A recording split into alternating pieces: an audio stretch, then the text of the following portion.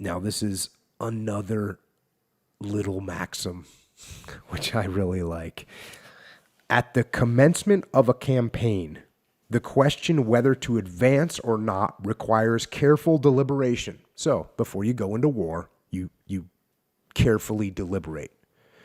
And this is something that I've been talking about lately when people think that because I'm a soldier, because I'm a warrior, that I want to go to war and I want all my friends to go to the war, which is just a ridiculous statement. If there's anybody that understands the impact of war, it's guys that have been to war.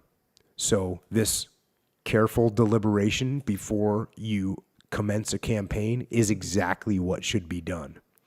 And then it goes on to say, but when you have once undertaken the offensive, it should be maintained to the last extremity. Right? That's commitment. That is commitment. Now, I will say this, even on that, and that's a beautiful thing, you should maintain to the last extremity. That's an extreme statement.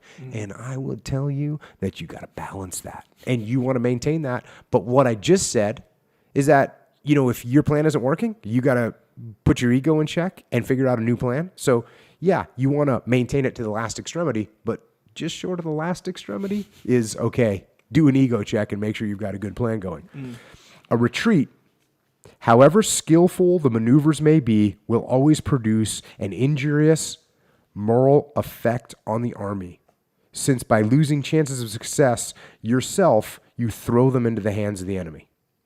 Besides, retreats cost far more, both in men and materiel, than the most bloody engagements, with this difference, that in battle, the enemy loses nearly much as you, while in a retreat, the loss is all on your side. Again, a common thread that we talk about with Von Schell, with Hackworth, and that is being on the offensive is good. Being on the offensive is always better than being on the defensive.